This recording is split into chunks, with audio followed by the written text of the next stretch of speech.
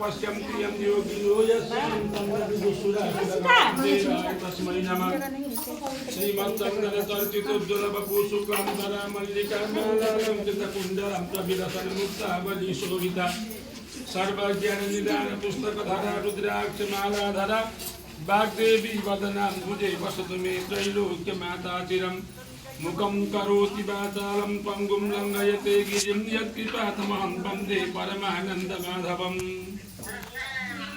नमो भगवते तस्मै व्यासाय तेजसे यस्य प्रसादात् वक्ष्यामि नारायण कथामिमाम्। 16 दिन हैन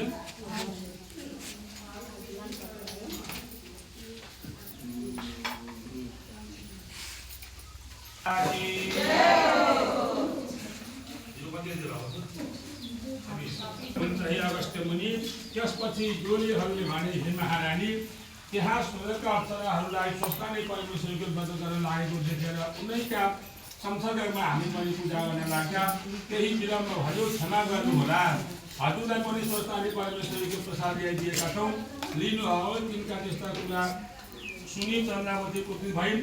राता राता आँखा पारेर दादा केटी नागले धैनी श्वास फेरि सुस्केर हारी मत्ता हाते हिसाई धै ठुलो स्वरले गर्देर हे पापिष्ट डोले हो, मलाई यस्तो जङ्गलमा एक्लै छोडी व्रत गर्न लाग्यो, के सेवकको धर्म यही हो? त्यस व्रतले तिमीहरूलाई खान दिन्छ कि? मैले त स्वस्थानी भनेको नाम पनि सुनेकी छुइनँ। कहाँकी देवी हो त्यो? के गर्न सक्दछ त्यसले? तिमीहरूले मलाई हेला गरेर नटेरेको हो।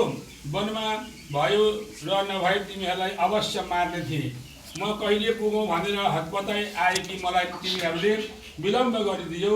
अपराधीमा पनि ठुलो अपराधी तिमीहरू जस्ता व्यक्तिलाई नै भन्छन्। यति भन्दै बानर उफ्रे उफ्री डोलेका हातबाट स्वस्थानी परमेश्वरीको प्रसाद खोसेर थुथु गरी थुकी खुट्टाले कुल्तेर फालिदिन्। फेरि यसै गरौँला कि चाँडै लैजाऊ भनिन्।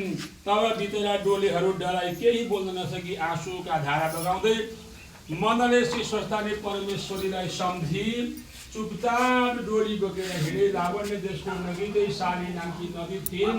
त्यहाँ पुगेर आधा नदी तलिदिन्। स्वस्थानी परमेश्वरीको निन्दा गरेको हुनाले अकस्मात चाँदनी टागे झै मेघ कठोर मुसलधारे पानी पर्यो अनि ठुलो हुरी आएर चन्द्रावती साई नदीमा डोलीबाट लडिन्। डोलेहरू ती स्वस्थानी परमेश्वरीको व्रतको प्रभावले पक्षीको रूप भई कैलाशमा गएर आनन्दसँग रहे। हे अगस्त्य मुनि, त्यसपछि चन्द्रावती ब्राह्मणी महापातकी भएर जलभित्र परिरहिन्। जुन दिन चन्द्रावती साई नदीमा फसिथिन् त्यसै दिनदेखि साई नदी बग्न छोडिन्, स्थिर भएर रहिन्।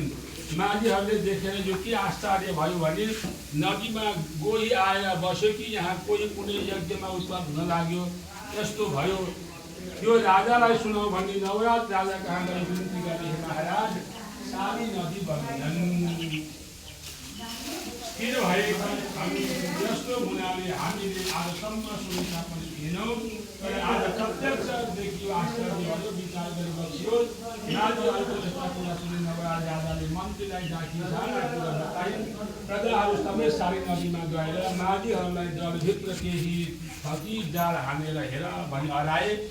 माझीले जाल हानेर हेर्दा चन्द्रावती जालमा चढेर पानीको बाहिर आइन्। तर ती कस्ती भएकी थिइन् भने शरीरमा पुष्टि भएर हातपाउ झरेकी, चेत हराएकी, हिलोले छोपी मुडो जस्तै भइरहेकी हुनाले यो के वस्तु हो भन्ने ठम्म्याउन नसकेर नदीको किनारमा मिल्काएर हे महाराज, हामीले केही पनि पाउन सकेनौँ भनी बिन्ती गरे। नवराजले भने हे गङ्गे, तिमी किन स्थिर भइरहेकी छौ? मैले बुझ्न सकिनँ। मदेखि प्रसन्न हो भन्दा नवरत्न पारो सहित गाईको दुधले अर्घ्य दिए। राजाको अर्घ्य दिनासाथ साई नदी बगिन्। त्यो देखेर आश्चर्य मान्दै प्रजासहित नवराज राजा दरबार फर्के। त्यसपछि चन्द्रावती ब्राह्मणी कस्ती भइरहन् भने एक क्षणमा मूर्छा, क्षणमा चेष्टा, क्षणमा शोक, प्यास, भोक आदि अनेक कष्ट पाई मुडो झै साई नदीको तटमा रहिन्। एक दिन साह्रै भोक लागेर खाने वस्तु केही नपाउँदा माटो खान्छु भनेर हातमा लिइन्। त्यो माटो ढुङ्गा भयो, ढुङ्गा पनि खान खोज्दा हाड भयो, हाड खान खोज्दा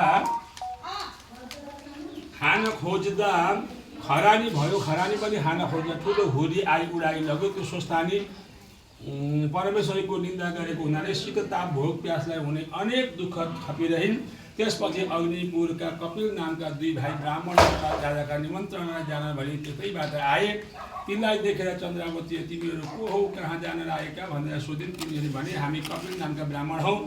लावण्य देशका नवराज राजाले ब्राह्मण भोजनको निमन्त्रणा दिनुभएको छ। चन्द्रावतीले भनिन्, हे ब्राह्मण हो, मैले कति दिनदेखि केही पनि खान पाएकी छुइनँ। तिमीहरूले भोजनमा जाने भए मलाई केही पनि मागेर ल्याइदिनु, पुण्य होला। असहाय अनाथमाथि दया गरेर ब्राह्मणहरूले भने, हे पापीले, अहिले हामी यसै हुन्छ भन्न सक्दैनौँ, किनभने राजाको महलमा के कसो हुन्छ भन्न सकिन्न। फेरि हामी ब्राह्मणले ल्याउन कुन वस्तु हुने ल्याउला, ल्याउन नहुने वस्तु दिए भने कसो गर्ने, अथवा तँले आश गरेर नबस। यति भन्दा दुवै लावण्य देशतिर गए। नवराज राजाले डाकेका 2 ब्राह्मणलाई यथेष्ट भोजन गरेर दक्षिणा दिए। सबैजना राजालाई आशीर्वाद दिए प्रसन्न भएर आफ्नो घर गए। ती कपिल ब्राह्मण अघिका कुरा सम्झेर यसै जाउँ भने पापीले आशा गरिरहेको हो, मागौँ भने कसरी मागौँ, लोभी भन्छन् कि भनेर केही भन्न नसकी भोजन गरेको थालमा गएर केही जाने। कहिले आउने गर्न लागे। तिनको गति गुमा राजमाताले देखेर भण्डारीलाई भनिन्, हे भण्डारी हो, यी 2 ब्राह्मणले खाना पाएन कि सन्तुष्ट भएन कि के भयो, घुम्दैछन् सोध। त्यो भण्डारीले तिनको नजिकमा गएर भने, हे ब्राह्मण हो, तिमीहरूलाई खाना पाएनौ कि चित्त भएन कि इच्छा भए फेरि भोजन गर। अनि ब्राह्मण भन्छन्, हे भण्डारी, हामीले इच्छापूर्वक भोजन गरौँ, सन्तुष्ट पनि भनौँ। हामी आउँदा सायद नदीको किनारमा कुष्ठरोग भयो कि हात तल खसेकी कोही स्त्री देख्यौँ, कहाँ जान्छौ भने सोधी। हामीले राजाको दरबारमा भोजनमा जान्छौँ भन्दा तिमीहरूले भोजनमा जाने भए मलाई पनि केही मागेर ल्याइदिनु, कति दिनदेखि खाएकी छुइनँ भनेकी छिन्। अथवा तपाईँ यसै जाउँ भने त्यो पापीले आश गरिरहेकी हो, केही लगिदिउँ भने कसरी मागौँ भनेर सङ्कोचमा यताउता हिँडिरहेका छौँ। त्यो कुरा भण्डारीले राजमातालाई सुनाए। अनि उनले ती 2जनाले बोक्न नसके। ती 2जनाले बोक्न सके जति अन्न दिनु भने भण्डारीहरू भण्डारमा राखेको वस्तु लिन जाँदा भण्डारका सम्पूर्ण भण्डार सुक्यो। दिए जस्तो वस्तु केही पनि नपाई राजमातालाई भन्ने बिन्ती गरे, राखेको स्थानमा कुनै वस्तु छैन, के दिने। सुनि गोमा आफै गएर भण्डारमा हेरिन्, दिने वस्तु केही पनि नदेखि आफूलाई पकाइराखेको भात यही देऊ भन्यो। भण्डारी त्यो भात लिएर ब्राह्मणलाई भन्नुभयो। जसको नाम निराशात राजाको भण्डार सुक्यो, त्यो राजमातालाई पकाइराखेको भात छ, त्यही लगिदियो, दिनमा लगाइदिनु। ब्राह्मणहरू राजनामले त्यो भात लिएर दरबारबाट निस्के। तिनीहरू जनासाथ राजाको भण्डार पहिलो जस्तै भरियो। जहाँ जहाँ 2 दिन वस्तु राखेको थियो त्यही त्यही देखियो भने कुमारले अगस्त्य मुनिलाई सुनाउँदा भए। इति स्कन्द पुराणे केदारखण्डीमा आगम हातिम कुमार अगस्त्य संवादे स्वस्थानी परमेश्वर कथायाम नवराज ब्राह्मण भोजन नामं सप्तविंशोऽध्याय। स्वस्थानी भगवती माता की जय। मंगलम सका जगन मंगलालय श्रीमान दिनकर केलिवैत नवरित निवेशन कृष्णम कार्य वर्धत वर्धन पृथ्वी संसारी देशोयम सेवरहितो ब्राह्मण सन्ति अपुत्रा पुत्रिण सन्तु पुत्रिण सन्तु कौतिना निर्जना सदा सन्तु जीवन्तु सदां सतां तत्त्वमयमना तत्र गोदावरी सिंह सरस्वती जम तीर्थानि सर्वा बन्धु तीर्थाचितो उदार कथा प्रसंग या कुन्दित गाना गौरा या सुप्रप्रस्ताविता या पीडा वर्तन्त पंडित करा या स्मृत प्रदाना या